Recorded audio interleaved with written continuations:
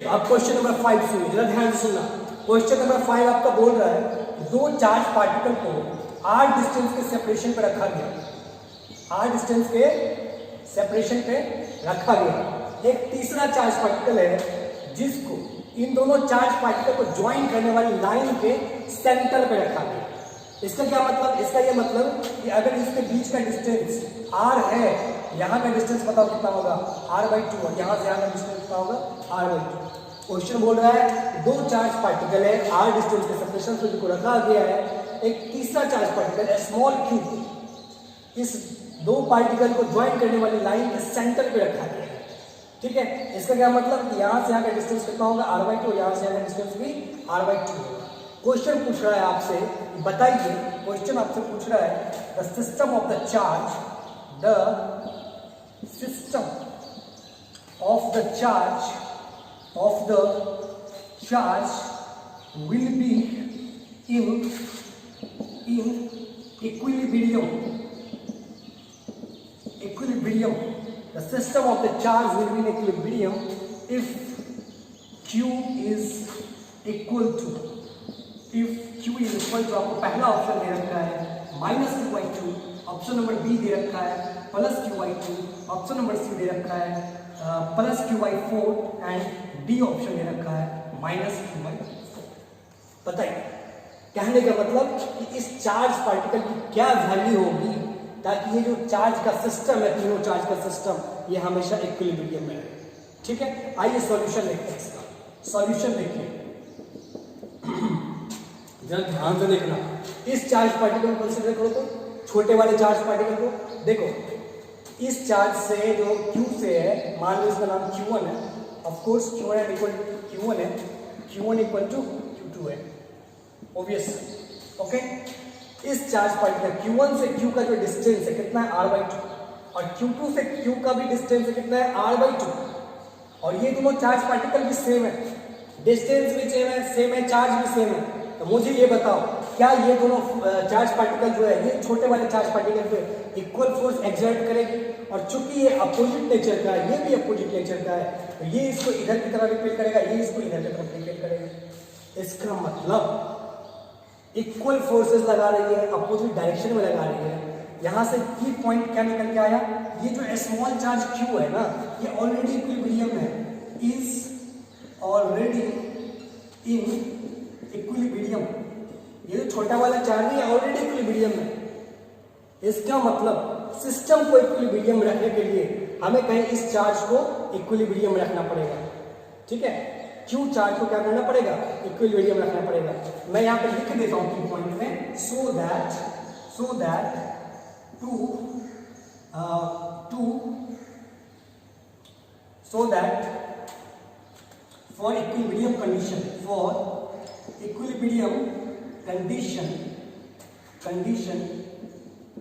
for equilibrium condition, charge Q will be in equilibrium. Equilibrium condition में होने के लिए चार्ज Q को इक्विलिब्रियम में होना पड़ेगा। समझ में आई? तो आइए कंसीडर करते हैं इस चार्ज पे। किसी पे भी कर सकते हो, कोई जरूरी नहीं है, हम चलो इस पे करते हैं। इस चार्ज को जरा ध्यान से देखना। मुझे बताओ, ये जो Q2 चार्ज है, इस Q के द्वारा इस पे कितना फोर्स लग रहा है? मुझे बताओ, इस Q के द्वारा इस पे कितना फोर्स लग रहा है? अरे मैंने बताया था, forces on Q due to small q कितना होगा, K। ठीक है, दो चार्ज पार्टिकल Q अपॉन कितना, इसके बीच का डिस्टेंस कितना है, r/2।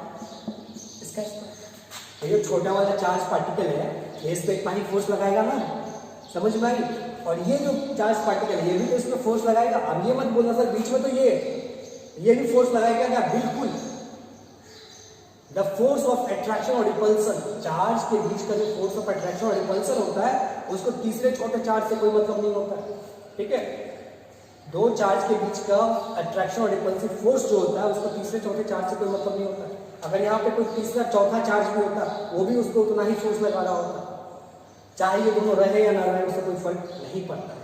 ठीक है, तो ये चार्ज भी इस पर फोर्स लगाएगा। अब बताओ ये चार्ज इस पर कितना फोर्स लगाएगा, जरा ध्यान देना, मैं यहाँ पे लिखता हूँ। चलो ये दूसरी बात, F of Q2 due to Q1, ये जो Q1 है ना, ये Q2 पे कितना फोर्स लगाएगा?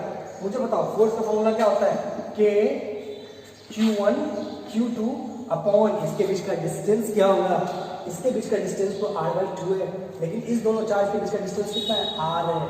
हम क्या लिखेंगे, r²। ठीक है, ये हुआ। अब देखो दोनों ही फोर्स, ये पॉजिटिव है, ये फोर्स जो पहला वाला फोर्स है इस डायरेक्शन में लगाए, और जो दूसरा वाला फोर्स इस पे लगाएगा ये भी तो पॉजिटिव है, तो ये भी तो इसी डायरेक्शन में लगाएगा। यानी कि दोनों चार्ज जो फोर्स लगा रहा है Q2 पे वो एक ही डायरेक्शन में लगा रहा है, एक ही डायरेक्शन में लगा रहा है। मुझे बताओ इसको जो रिजल्टेंट फोर्स होगा वो कितना होगा, इस दोनों का सम करोगे आप, इस दोनों, अरे ये F1 है, चलो इसको मान लो ये F1, ये है हमारा F2, तो इस पे जो रिजल्टेंट फोर्स होगा क्या होगा, इस दोनों का आप सम करोगे। ठीक है, चलो कर देते हैं। रिजल्टेंट फोर्स ऑन Q2 क्या होगा बोले, F1 प्लस F2। ठीक है, करो कितना होगा, इस दोनों को ऐड करो, कितना होगा, Q2 अपॉन r/2 का whole square plus Q1 Q2 upon r का होल स्क्वायर। क्वेश्चंस को जरा ध्यान से एक बार और पढ़ो। क्वेश्चन क्या बोल रहा है कि इस Q की, स्मॉल q की क्या वैल्यू हो कि हमारे सिस्टम ऑफ द चार्ज है ये इक्विलिब्रियम में हो। इस पे रिजल्टेंट फोर्स हम कितना रखेंगे, जो सिस्टम ऑफ द चार्ज क्या है, इक्विलिब्रियम। इक्विलिब्रियम में कहने का मतलब अपनी पोजीशन को चेंज ना करे, मतलब जो रिजल्टेंट फोर्स होना चाहिए इस चार्ज पे वो 0 के बराबर होना चाहिए। और रिजल्टेंट फोर्स हमने निकाला ये है, इसका मतलब इन दोनों को अगर हम ऐड करें ये किसके बराबर आना चाहिए, 0 के बराबर आना चाहिए, तभी तो इक्विलिब्रियम में रह पाएगा। बात समझ में आई? तो आप इसको 0 पुट कर दो, 0 इक्वेट कर दो, आप इसको 0 के बराबर कर दो। अब यहाँ से फाइंड करो, यहाँ से जब आप फाइंड करोगे, देखो जब आप इसको देखो, इसको जब आप तोड़ोगे, ये r/2 का होल स्क्वायर है ना, इसको हम इतना लिख दें क्या, r² आप यहाँ पे 4 कर दें क्या। देखिए जरा ध्यान से, 1/r/2 का होल स्क्वायर, छोटी छोटी कैलकुलेशन है बता दे रहा हूँ अभी, बट ध्यान रखना r/2 का होल स्क्वायर है, इसको हम लिख सकते हैं r²/4। ये जो नीचे वाला 4 है ये ऊपर चला जाएगा, वही काम मैंने किया है यहाँ पे। देखो ये जो नीचे वाला 4 था ना, इसको मैंने ऊपर भेज दिया यहाँ पे, समझ में आई। अब देखो यहाँ से तुम क्या कर सकते हो, इसका एलसीएम कितना होगा, r²। देखो k यहाँ भी है, k यहाँ भी है, Q2 यहाँ भी है, Q2 यहाँ भी है। आप क्या कर सकते हो, कॉमन निकाल सकते हो। क्या कॉमन निकाल सकते हो, ऊपर से निकाल सकते हो k Q2 और नीचे से निकाल सकते हो r²। आपके पास क्या बचेगा, 4Q प्लस यहाँ पे क्या बचेगा, Q1 बराबर कितना, 0। समझ में आया था? हमने क्या किया, ऊपर में देखो यहाँ भी k है, यहाँ भी k है, यहाँ भी Q2 है, यहाँ भी Q2 है, हमने कॉमन निकाल लिया k Q2 को। ठीक है, नीचे में r² दोनों में कॉमन है, एलसीएम लोगे, इतना कैलकुलेशन तो आपको आता होगा आई होप। चलिए तो ये जो हमने निकाला है ये प्रोडक्ट है, इसको हम 0 में मिला देते हैं, कोई दिक्कत यहाँ तक नहीं, ये मिल गया भैया हमारे 0 में। अब बताओ मुझे, this implies 4Q plus Q1, क्या Q1 है ना, इक्वल टू कितना, 0। कोई दिक्कत नहीं ना। यहाँ से मुझे बताओ Q की वैल्यू क्या होगी, इसको इस साइड ले जाओगे, -Q1 लिखाओगे अपॉन 4। समझ में आया? और देखो ये जो Q1 है ना, ये Q2 के बराबर, यानी कि दोनों चार्ज सेम है। मैंने तो समझाने के लिए इसको Q1 और इसको Q2 ले लिया। आप लिख सकते हो this is equal to -Q/4 because Q1 equal to Q2 equal to आप Q कर दो, दोनों चार्ज पार्टिकल सेम है। तो क्या हमारा आंसर निकल गया है, -2/4। आई होप ये क्वेश्चन आपको अच्छे से समझ में आया होगा। अगर समझ में नहीं आया यू कैन कमेंट और हम इसको फिर से बता सकते हैं। चलिए ठीक, तो आप इसको पॉज करके उतार दीजिए, मैं इनको इरेज कर रहा हूँ। ठीक है, चलिए समझ में नहीं आया तो आप इसको कोई यूट्यूब पे आप वीडियो देख रहे हो, आप वीडियो को बैक करके देख सकते हो, 2 बार देख सकते हो, 4 बार देख सकते हो। पढ़ने में मन नहीं लग रहा है तो नहीं देख सकते हो। Be serious brother and my sister, पूरा सीरियस हो जाओ। ठीक है, अच्छे से पढ़ाई करो, टेंशन नहीं लो। हम लोग हैं यहाँ पे, हम कोशिश करेंगे कि दिसंबर से पहले आपका सारा सिलेबस को कवर कर दिया जाए। 11th और 12th मेरी कोशिश रहेगी कि हम मैथ्स और फिजिक्स दोनों को दिसंबर से पहले कवर कर लें, ताकि आप जनवरी का एग्जाम देकर आओ। और अगर आपने अच्छे से पढ़ा तो जनवरी में तो गारंटी नहीं ले सकते, लेकिन बहुत ही उम्मीद के साथ ये कह सकते हैं अप्रैल में आपका रिजल्ट मिला। टाइम बहुत कम है ना, आप लोग समझते नहीं हो। Practice is more important. आप क्वेश्चंस की प्रैक्टिस जितना ज़्यादा करोगे आपके अंदर उतनी ही मतलब क्लियरिटी आएगी, ठीक है, उतना ही दिमाग आपका ब्रॉड होगा, ठीक है। चलिए नेक्स्ट क्वेश्चन पे बढ़ते हैं। नेक्स्ट क्वेश्चन आपका क्वेश्चन नंबर 6। देखो क्वेश्चन नंबर 6 बड़ा ही आसान है। क्वेश्चन नंबर 6 क्या बोल रहा है कि आपको दो चार्ज पार्टिकल मान लो ना क्यू क्यू है, ठीक है, सिमिलर चार्ज पार्टिकल है, इसके बीच का डिस्टेंस कितना है आर है। क्वेश्चन बोल रहा है कि अगर हम इस चार्ज पार्टिकल को डबल कर दें, इसके बीच का डिस्टेंस भी डबल कर दें, तो मुझे बताओ न्यू फोर्स क्या होगा। न्यू फोर्स पे आप कमेंट करो। क्या क्वेश्चन बोल रहा है, if distance between them is double. थोड़ी सी इंग्लिश कमजोर है हमारी, ठीक है। अगर इसके बीच का डिस्टेंस आप डबल कर देते हैं and individual charge particle, individual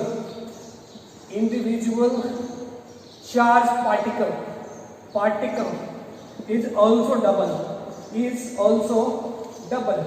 क्या कहने का मतलब सर, पहले तो ये सिचुएशन था, अब सिचुएशन क्या बोल रहा है, इसके बीच का डिस्टेंस अगर हम 2r कर दे, डबल कर दे, और इसका जो चार्ज पार्टिकल है इसको भी हम यहाँ पे 2q कर दे, यहाँ पे 2q कर दे, तो मुझे बताइए कि जो न्यू फोर्स निकल के आएगा वो क्या होगा। इस पर कमेंट कीजिए, कंपेयर कीजिए दोनों फोर्स को। तो मुझे बताओ, ये तो डेफिनेशन ही है कूलम्ब्स लॉ का। कूलम्ब्स लॉ का डेफिनेशन ही है कि अगर हम दो चार्ज पार्टिकल को r डिस्टेंस के सेपरेशन पे रखते हैं तो मुझे बताइए इसका फोर्स कितना होता है, F K Q। क्योंकि यहाँ पे चार्ज पार्टिकल सिमिलर, मैं यहाँ पे Q स्क्वायर लिखूँ, Q1 into Q2, but Q1 equal to Q2 है, तो यहाँ पे मैं Q स्क्वायर लिखता हूँ अपॉन r स्क्वायर। मुझे बताओ इसके बीच का फोर्स ये होगा कि, ये तो कूलम्ब्स लॉ का डेफिनेशन ही है ना। चलिए अब दूसरी चीज देखो, इस चार्ज को कंसीडर करो, F डैश में लिखता हूँ, दूसरी फोर्स पे कंसीडर करो। जब इसके बीच का डिस्टेंस डबल कर दिया गया फिर भी तो फॉर्मूला वही रहना है।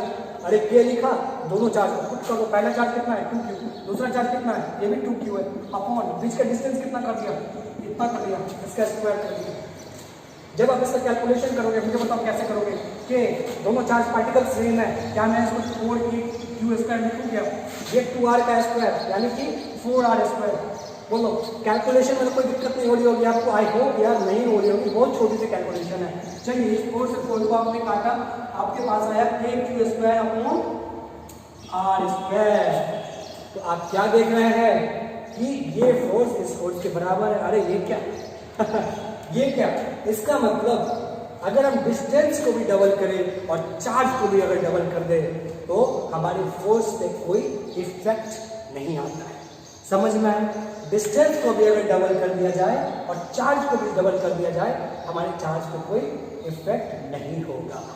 चलिए यहीं से कुछ और बात सीखते हैं, ओरली बोलता हूँ, लिखने की जरूरत नहीं, जरा सुनना ध्यान से।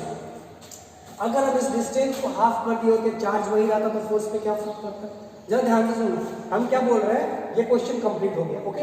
आपको अगर नोट करना होगा तो नोट कर लेना, मैं तीसरे क्वेश्चन पे बात कर रहा हूँ ओरली। चलो सुनिए, तीसरी बात सुनिए।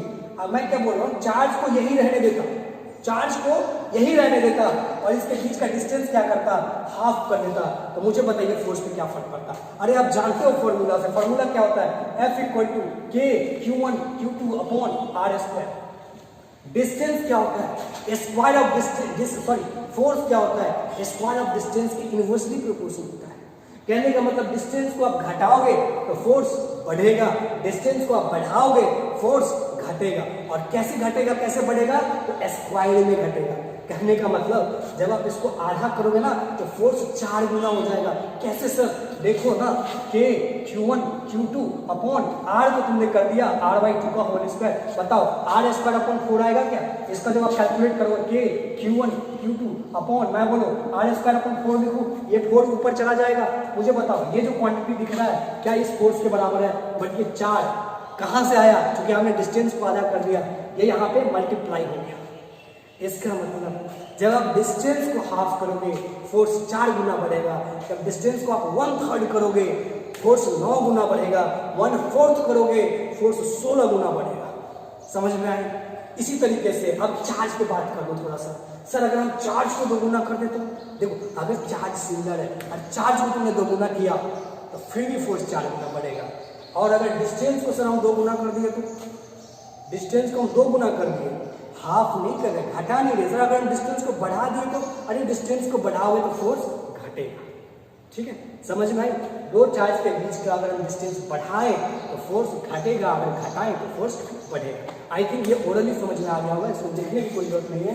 आप अगर नोट करना चाहो तो नोट कर सकते हो, बट समझना ज़्यादा इंपॉर्टेंट है। तो चलिए ये क्वेश्चन हमने करवाया। अब इसके बेसिस पे एक क्वेश्चन मैं होमवर्क में देता हूँ, और सुनना, जो क्वेश्चन मैं होमवर्क में दे रहा हूँ ना उसे आप जरूर से करना। देखो मैं तो पूरी बुक्स करवा दूँ, मैं तो पूरी बुक्स करवा दूँ, लेकिन इससे आपका क्या फायदा होगा? जब आप ट्राई नहीं करोगे आपके माइंड से नहीं खुलेंगे, आपका माइंड ब्रॉड नहीं हो पाएगा। ठीक है, जो चीज आप सीखने आए हो कभी नहीं सीख पाओगे विदाउट प्रैक्टिस, खुद से जब तक प्रैक्टिस नहीं करोगे। तो क्वेश्चन जो होमवर्क में मैं लिखता हूँ बीच बीच में, उसे आप बिल्कुल करें, बिल्कुल सारा काम काज छोड़ के होमवर्क वाला क्वेश्चन करें, तभी कोई तीसरा काम करें। समझ में आ रही है बात? चलिए, तो इसके बेसिस पे मैं एक क्वेश्चन होमवर्क में लिखता हूँ, क्वेश्चन नंबर 7 HW। क्लियर है?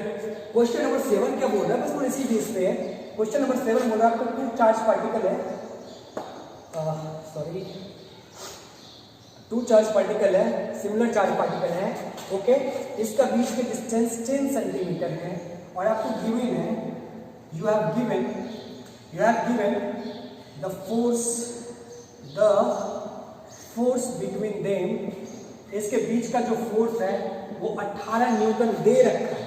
और दूसरा चीज क्या गिवन है? पहला तो ये गिवन है, दूसरा चीज आपको गिवन है द सम ऑफ चार्जेस, यानी कि सम ऑफ चार्जेस कहने का मतलब क्या? Q1 plus Q2। अच्छा, ये सिमिलर चार्ज नहीं है, ठीक है। Q1 प्लस Q2 आपको दे रखा है कितना? 18 9 माइक्रोकूलम, ठीक है। माइक्रोकूलम दे रखा है, ध्यान दें, माइक्रोकूलम में दे रखा है। कूलम की छोटी यूनिट होती है, जैसे आप देखो मीटर, सेंटीमीटर, उसके नीचे भी आप जाते हो, उसी तरीके से कूलम का जो छोटा यूनिट होता है वो माइक्रोकूलम होता है। मैं यहाँ पे हिंट के लिए लिख देता हूँ, एक माइक्रोकूलम जो होगा 10⁻⁻⁶ कूलम के बराबर होगा, ठीक है। आगे आपसे पूछ रहा है find the charge separate, SAPARA होगा ना, SEPRATLY सेपरेट। इस चार्ज को बताओ, Q1 चार्ज कितना होगा और Q2 चार्ज कितना होगा, अलग अलग आपको बताना है। क्वेश्चन फिर से सुना दे रहा हूं मैं। दो चार्ज पार्टिकल है Q1 एंड Q2, इसको 10 सेंटीमीटर के डिस्टेंस पर रखा गया है। इसके बीच का फोर्स दिया गया है 18 न्यूटन, और इस चार्ज पार्टिकल का सम दिया गया है 9 माइक्रोकूलम, ठीक है। एक माइक्रोकूलम होता है 10⁻⁻⁶ कूलम के। आपसे पूछ रहा है कि बताइए कि इस पे कितना चार्ज होगा और इस पे कितना चार्ज होगा, आपसे चार्ज पूछ रहा है। थोड़ा सा दिमाग लगाना है, क्वेश्चन आसान है, क्लियर है। चलिए, ये होमवर्क है आपका। अब हम नेक्स्ट क्वेश्चन पे आते हैं। देखो मैं क्वेश्चन ही करवा रहा हूँ, और आगे अभी और क्वेश्चन करवाया जाएगा। बिल्कुल मैंने थ्योरी जो कूलम्स लॉ है ना, इसको और आगे बढ़ेगी। अभी मैंने तो सिर्फ कूलम्स लॉ बताया, अभी इसमें बहुत कुछ पढ़ना है, डाइलेक्ट्रिक्स पढ़ना है, कूलम्स लॉ वेक्टर फॉर्म पढ़ना है, सुपरपोजिशन प्रिंसिपल पढ़ना है। अभी तो कूलम्स लॉ में हम लोगों ने कुछ नहीं पढ़ा, एक ही सेक्शन पढ़ा है, अभी तो 3 सेक्शन बाकी है, ठीक है। लेकिन हम क्वेश्चन ढेर सारा करेंगे, आपको क्वेश्चन की प्रैक्टिस करवाना बहुत जरूरी है। मुझे पता है आप क्वेश्चन से डरते हो, क्वेश्चन नहीं करते, कभी लैंग्वेज समझ में नहीं आता, कभी कुछ, इसीलिए। चलिए क्वेश्चन नंबर 8 नंबर क्वेश्चन। ये क्वेश्चन भी बड़ा ही इंपॉर्टेंट है यार, ठीक है। ये क्वेश्चन क्या बोला था, ध्यान से सुनो। क्वेश्चन बोल रहा है आपके पास एक चार्ज है Q, ठीक है, आपके पास एक चार्ज है Q।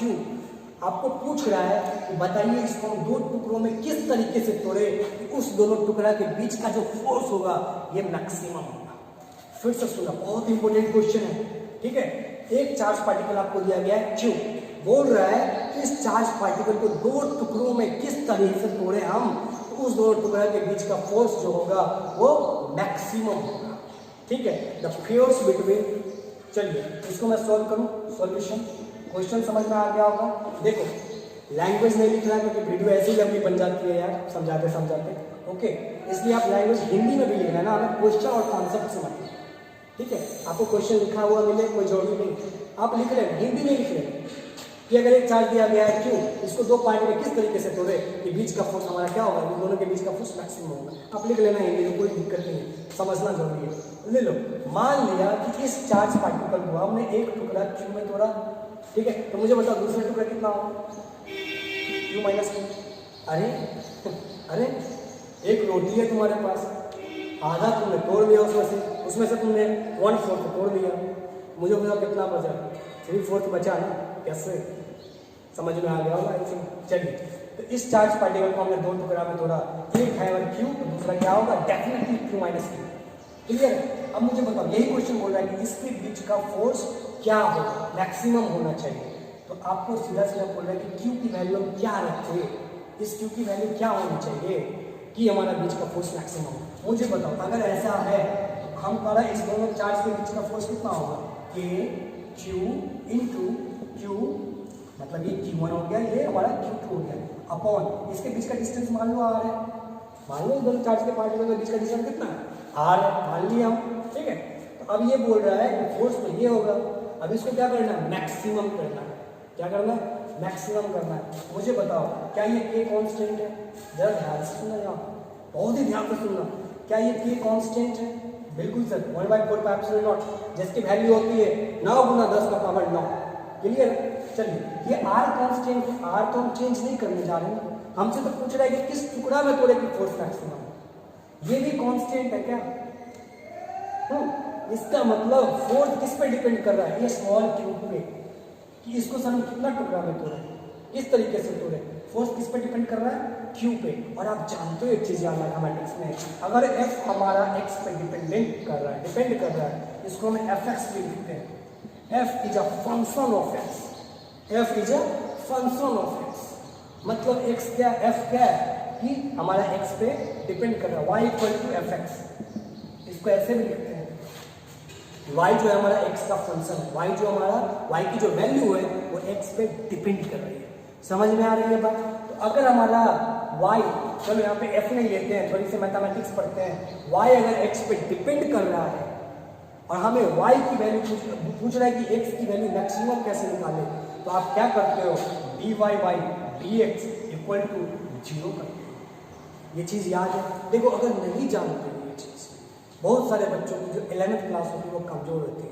जब आप आते हो तो आपको फंडामेंटल पढ़ाया जाता है, मतलब एलिमेंट्री मैथमेटिक्स पढ़ाया जाता है फॉर फिजिक्स, ठीक है। कुछ आप समझते हो, कुछ आप नहीं समझते हो। जैसे इन सब बातों को आप नहीं समझ रहे हो तो उस टाइम मुझे पता है, ठीक है। मैं क्या ये चीज़ मैं बताऊँ, अभी आप समझ सकते हो, बट ये इस क्वेश्चन में मैं लंबा चौड़ा चर्चा करूँ ये उचित नहीं है। समझ में आ रही है? इससे मैं बाद में चर्चा करूंगा। अभी बस इतना जान लो कि अगर y हमारा x का फंक्शन है, इसका मतलब y अगर हमारा x पे डिपेंड कर रहा है, तो अगर हमें x की मैक्सिमम वैल्यू मांग रही है, हम इसको डिफरेंशिएट करके क्या करते हैं, 0 पुट करते हैं। इस पर हम बाद में भी चर्चा करेंगे। क्लियर है? तो देखिए यहाँ पे जो f है ये स्मॉल q पे डिपेंड कर रहा है। किस पे डिपेंड कर रहा है? स्मॉल q पे डिपेंड कर रहा है। इसका मतलब f जो है यहाँ पे, f जो है इसका फंक्शन है, f जो मैं लिख देता हूँ यार, f is a function, function को मैं शॉर्ट फॉर्म में लिखूँ fn फंक्शन ऑफ q। बात समझ में? f is a function of q, इसीलिए सो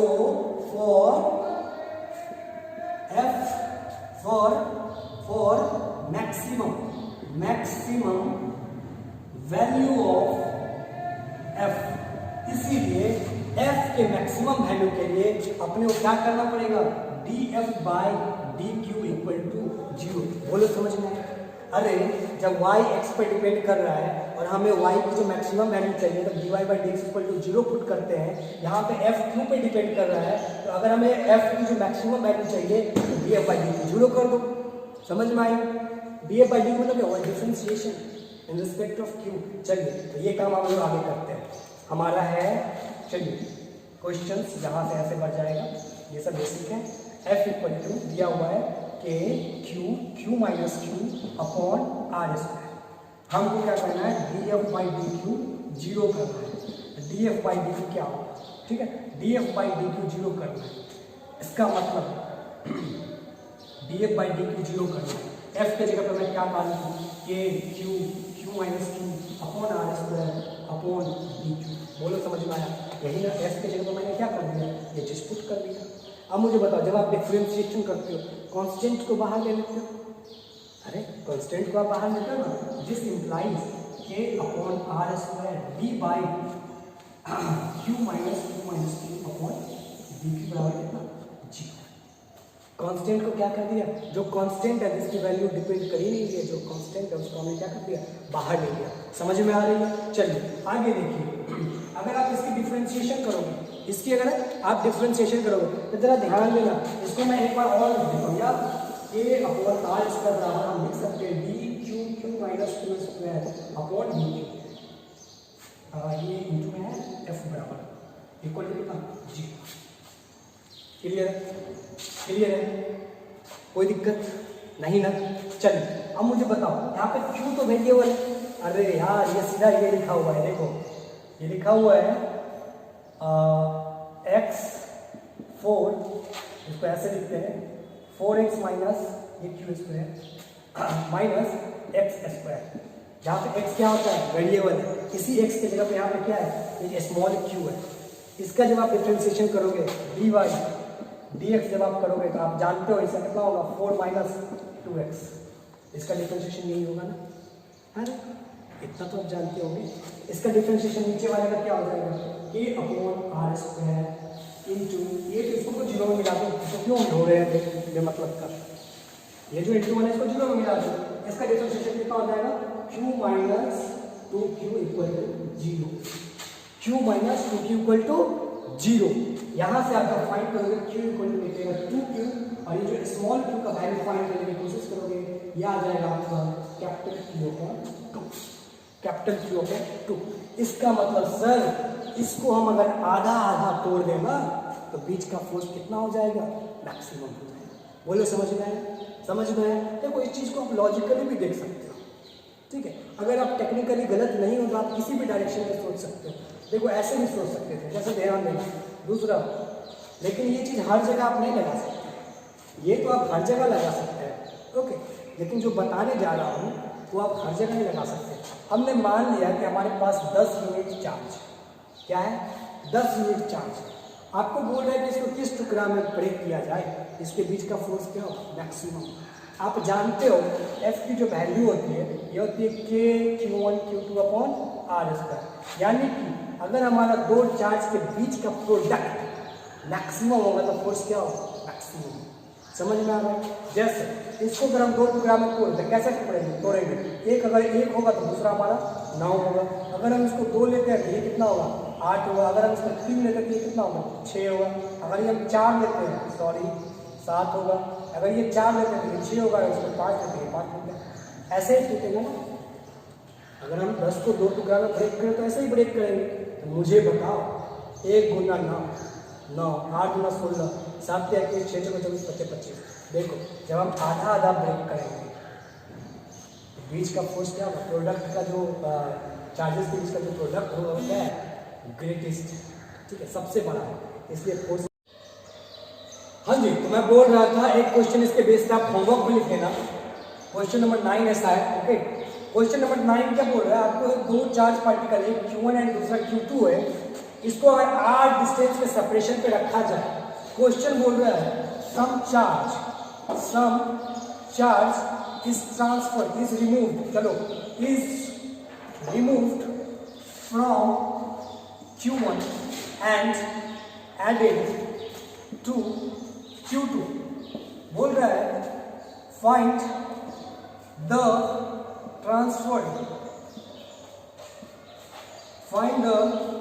transferred charge so that the force between them is maximum, and also find the maximum force। बोलिए समझ में आया?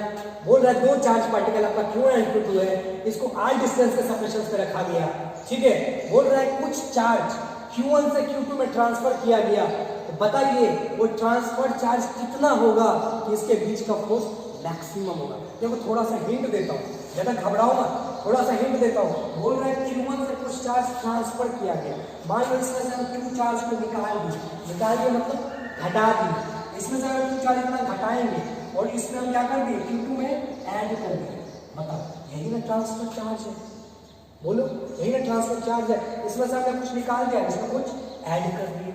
अब बोल रहे हैं इसकी वैल्यू क्या होगी, इसकी वैल्यू फाइंड कीजिए ताकि बीच का फोर्स क्या हो, मैक्सिमम हो। अब देखो पिछला क्वेश्चन भी इसी तरीके से किया था।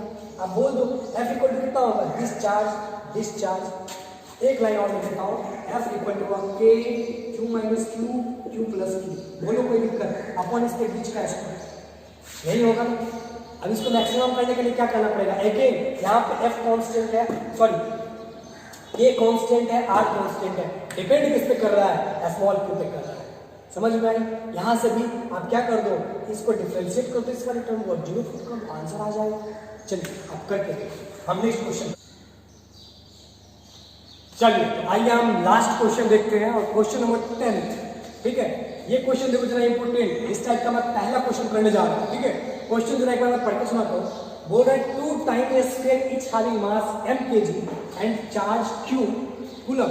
बोल रहा है 2 स्फीयर है जिसका मास m kg है और चार्ज q कूलम दिया गया है, are suspended from a point of insulating thread. देखो यहाँ पे डायग्राम देखो, बोल रहा है 2 चार्ज पार्टिकल, मान ली एक a है दूसरा b है, ठीक है, जिसपे m मास है और चार्ज, देखो ये जो स्फीयर है ना, ये जो a स्फीयर है इसमें मास कितना है, मास है इसका m kg और इस पे चार्ज भी है, चार्ज कितना है q कूलम। इस स्फीयर पे दिया गया है, इसको एक इंसुलेटिंग स्ट्रिंग से लटकाया गया है जो निग्लेजिबल मास का, यानी कि स्ट्रिंग का कोई मास नहीं है। बोल रहा है सिस्टम इज इन इक्विलिब्रियम, और ये जो सिस्टम है ये हमारा इक्विलिब्रियम में है। यानी कि देखो जब जो चार्ज पार्टिकल एक दूसरे के बगल में आ रहा है, आप जानते हो एक दूसरे पे फोर्स लगाता है, मोशन में आ जाती है, लेकिन सिस्टम बोल रहा है फोर्स तो लगाएगी बट ये इक्विलिब्रियम पोजीशन में है, ये अपने पोजीशंस को डिस्प्लेस नहीं करेगा। तो पूछ रहा है, और अगला बोल रहा है string equilibrium, each string makes an angle theta with vertical. ये जो वर्टिकल लाइन है, मान लो कि ये सी पे तुम्हारा कट कर रहा है, ये जो है ये थीटा एंगल बना रहा है, किससे, इस स्ट्रिंग से।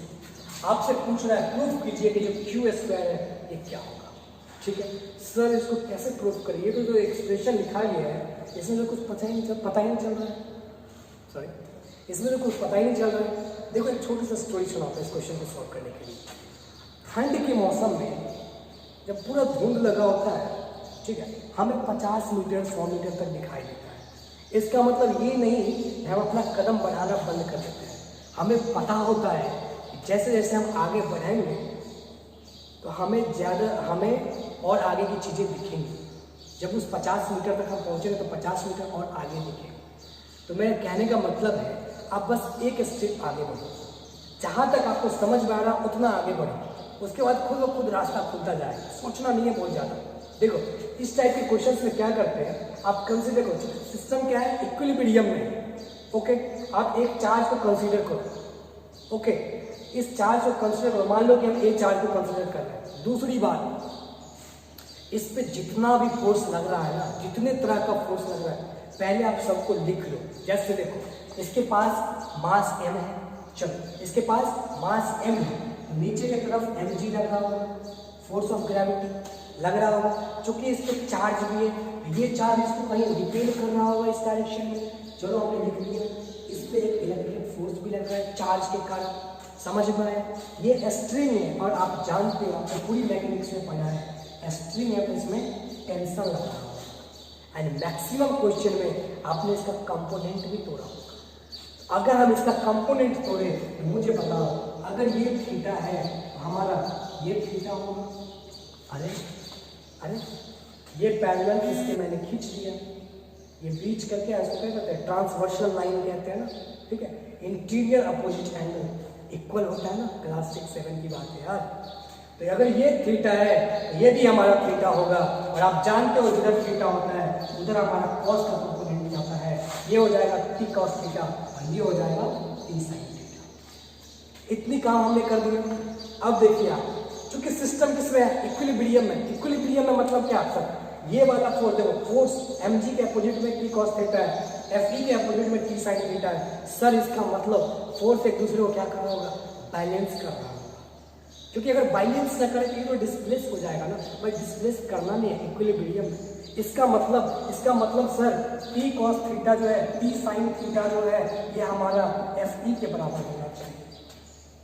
टी कॉस थीटा जो है ये हमारा एम जी के बराबर होना चाहिए। एफ ई की मैं वैल्यू लिख दो, आप जानते हो दो चार्ज के बीच का इलेक्ट्रिक फोर्स कितना होता है, 1/4 pi epsilon naught Q1 Q2 upon R square. यहाँ पर बीच का डिस्टेंस कितना है नहीं दिया गया है, ए बी ले लेते हैं, ए बी स्क्वायर कर देते हैं। इसके बीच का डिस्टेंस कितना, ए बी स्क्वायर कर देते हैं। बात समझ में आई। अगला काम क्या करें सर, आप मान लो ये इक्वेशन फर्स्ट है, ये इक्वेशन सेकंड है, T sine theta T cos theta. अरे देख के माइंड में स्ट्राइक करना चाहिए।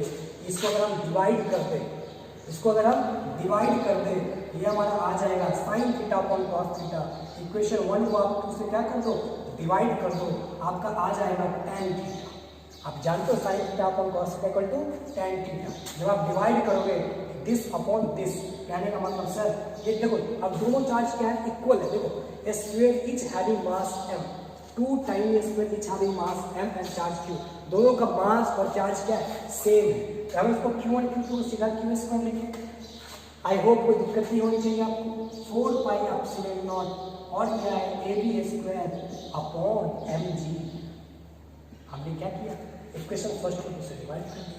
अब ये आया सर, अब क्या करें, अब ये जो ए बी है ना, जो चीज़ आपको प्रूफ करना है उसमें ए बी कहीं नहीं दिख रहा। अब इस ए बी को क्या करो, कन्वर्ट करो किसी दूसरे चीज़ में। सर किसमें कन्वर्ट करें, अगर ये थीटा है, सुनना, अगर ये थीटा है, थीटा का सामने वाला जो साइड होता है उसको क्या कहते हैं, परपेंडिकुलर कहते हैं। नीचे वाले को बेस कहते हैं, इधर वाले को क्या कहते हैं, हाइपोटेनस कहते हैं। समझ में आ रही है। आपके पास परपेंडिकुलर दिया गया है कितना, AC, और ध्यान देना ये जो AC है ये बराबर है,